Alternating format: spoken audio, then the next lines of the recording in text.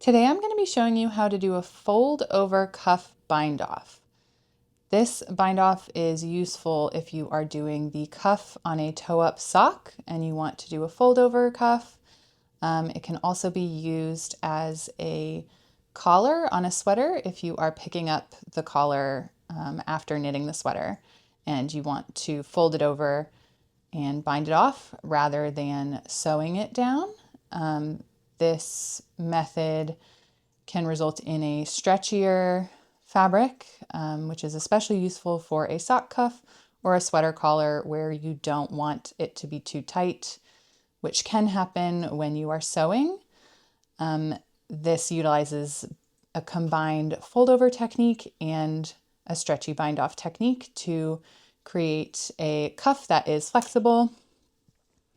As seen here in my finish line socks, we have our folded cuff. These socks are knit toe up. So you knit up and then you knit the cuff. This one also has a short row heel flap, but the technique is the same with or without short rows. And then you can see here is the bind off here, this yellow line here. And you can see it's very stretchy and flexible, which is good because you've got to be able to get this sock over your foot and heel. And same with a sweater collar, you want it to be able to get over your head. So you need a flexible bind off. So I have got my swatch here. Usually when you're doing this technique, you will have either a row with a lifeline in it, or it'll be even more obvious, like a sweater collar that you will have picked up. And that will be where you want to pick up your stitches on the inside.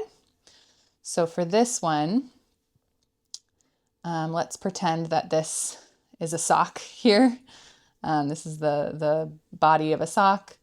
And then this is going to be our cuff, and we're going to fold it over basically like this, and we're going to have a little folded cuff like that. So if you haven't already, you'll want to insert your lifeline, and I have a tutorial for that linked on my website. So to do the fold over cuff, you're going to want to turn your work inside out so that you can see the purl side. And now it can be a little hard to see your lifeline from the wrong side, but it's right here.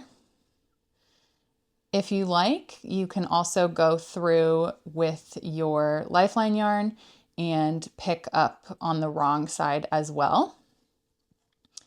But I know where my lifeline is, so I'm just going to show you without that step, but if you want it to be easier to see, you can certainly do that. So to pick up your stitches, you are going to want another needle. I am going to be using a metal needle just so that you can see the difference between my main yarn, my main needle, which is this bamboo needle, and my spare needle is going to be the metal needle. This needle is also smaller than my main needle. It's just a little bit easier to pick up your stitches with a smaller needle. So, and since you won't actually be knitting, it won't affect the tension. So I'm going to come around here and my lifeline is right in here. So on the wrong side, you can see you have frowns and smiles. And that is essentially, if your stitch is going like this, it's a smile. And if it's going like this, it's a frown. So for this technique, you're going to want to pick up the frowns. And you're going to want to follow it down from that first stitch on your needle with where the working yarn is. So I'm going to follow these frowns down to where my lifeline is. So that's my first stitch that I'm going to want to pick up. But because I'm actually going to be working backwards, that's going to be my last stitch to pick up. So I'm going to go to the frown directly next to it, and I'm going to pick up that frown.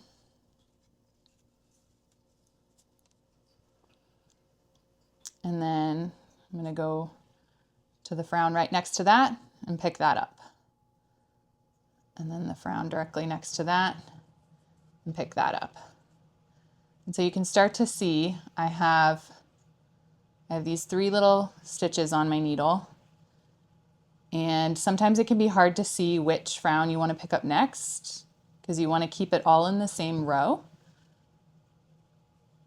So the way to do that is you look at where that smile directly below that frown is, and you want to go right to that next frown. See that? Right to that next frown. Pick that up. So I'm going to continue doing that around the whole cuff till I have all of my stitches picked up.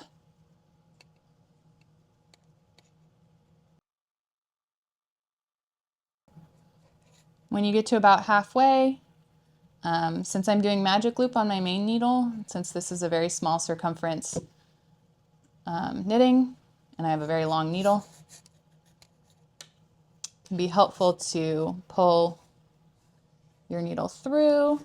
So now my stitches are on the cord there. And then just be really careful on this one that you are picking up the frown that is right next to it. See here, I've got my smile, and that's my frown. Just keep going.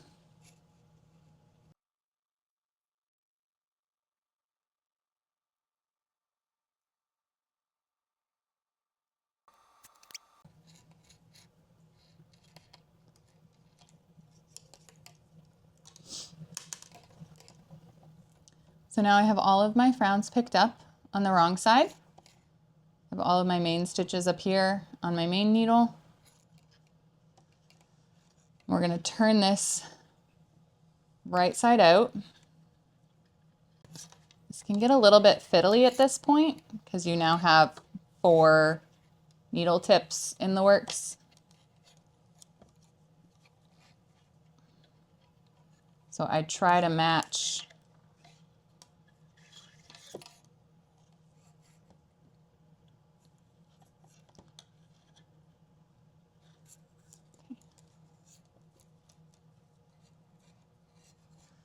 So now we're back on the right side.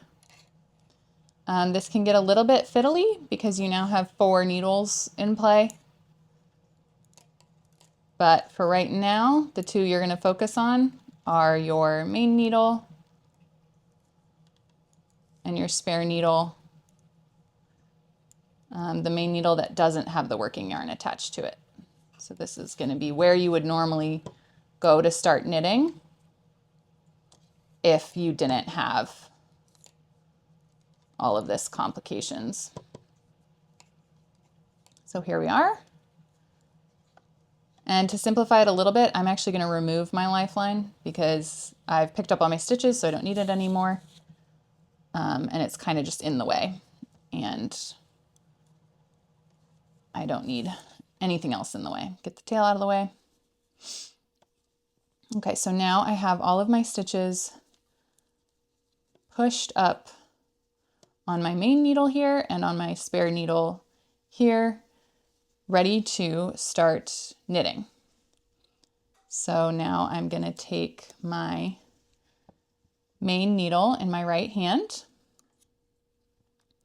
and I'm going to knit my first stitch on my main needle together with that first stitch on my spare needle. Grab the working yarn and make sure you're not wrapping it around your other spare needle. So I'm going to knit these 2 together, making sure that I'm bringing that new loop of yarn through both stitches. And then I'm going to repeat that with the next 2 stitches. So the next stitch on my main needle and the next stitch on my spare needle. And I'm going to knit those together.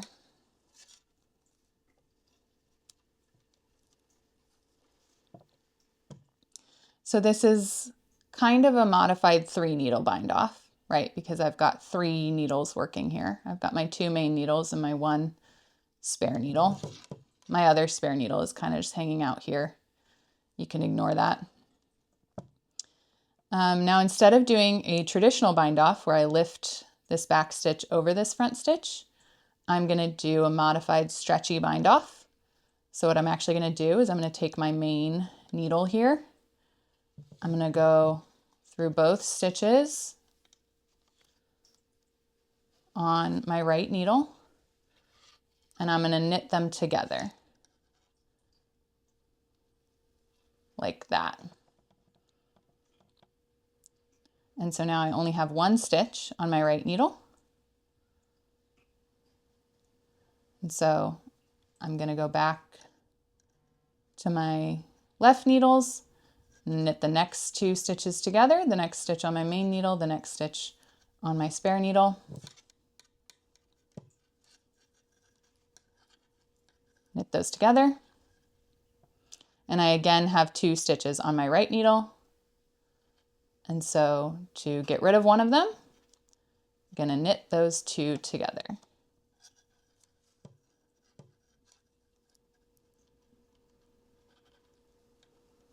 Just like that. And this creates a bit more flexibility in your fabric as opposed to the lifting the back stitch over the front stitch, because you're adding in an extra loop of fabric when you knit the 2 stitches together. So we're just going to keep repeating that. We're going to knit the next stitch on the main needle together with the stitch on the spare needle.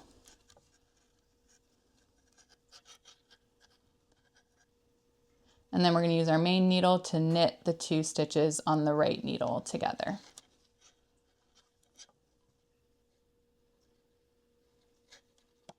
And we're going to repeat that all the way around.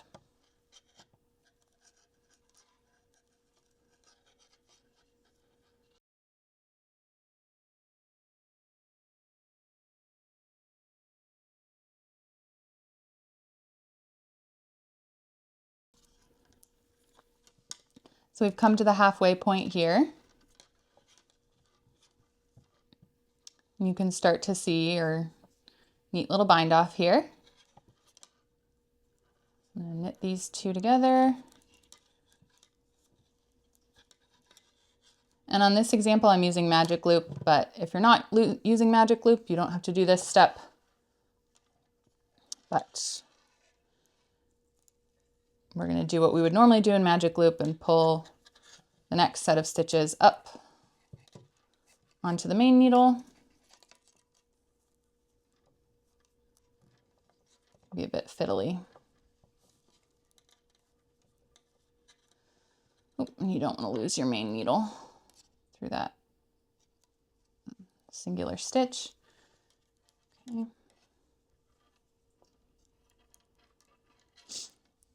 So now I have all my stitches on my main needle, and I need to bring up my spare needle and get all those picked up stitches back on that spare needle.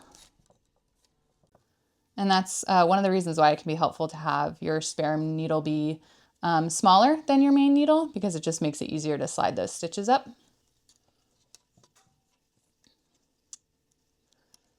Okay, now we're back in position, although it looks like I've caught my working yarn with my main needle, so I am going to bring my main needle back around. Okay, so now we have all our next set of stitches ready to go. We're going to do the same thing. Knit these 2 together, one from the main needle, one from the spare, and then knit those 2 on the right needle together. and keep going until you get to the end.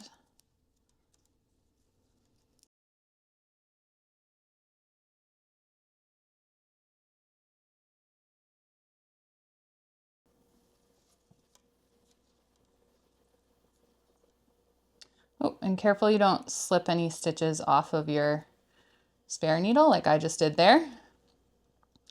However many stitches you have on your main needle, you want to have the same number of stitches on your spare needle. So if you accidentally slip one off, which can happen when you're knitting them together, like this, if I just have two, make sure you can go back in and pick up that stitch on your spare needle. Okay, so we've just got 3 more.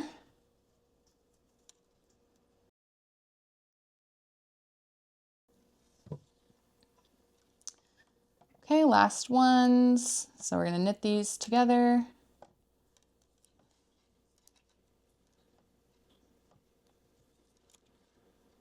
Okay, and then now you can drop your spare needle.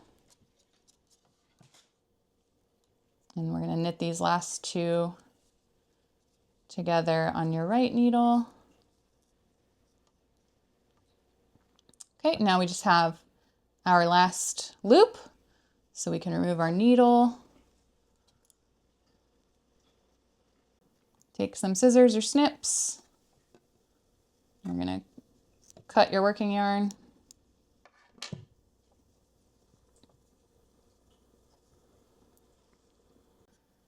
Now this part is optional, but I like to do it, just creates a slightly neater edge. Even though it's on the inside, I just like to have a neat bind off if I can. So I take a darning needle and I thread that loop through the eye of my darning needle, and I just weave it into that first stitch. Pull that loop through.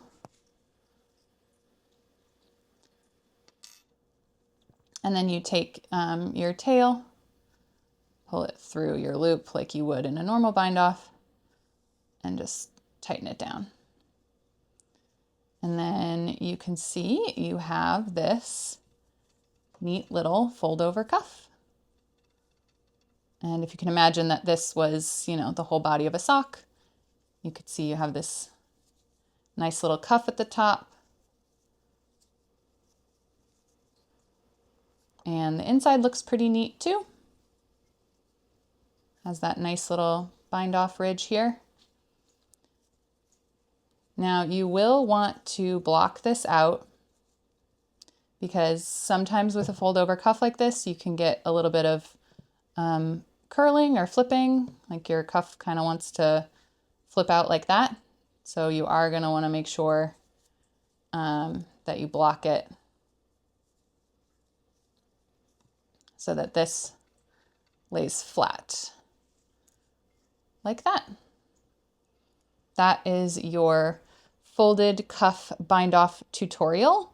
I will link some of my patterns that include this technique so that you can get an idea of some of the patterns that it could work in. And thank you so much for joining me. I hope you enjoyed this technique.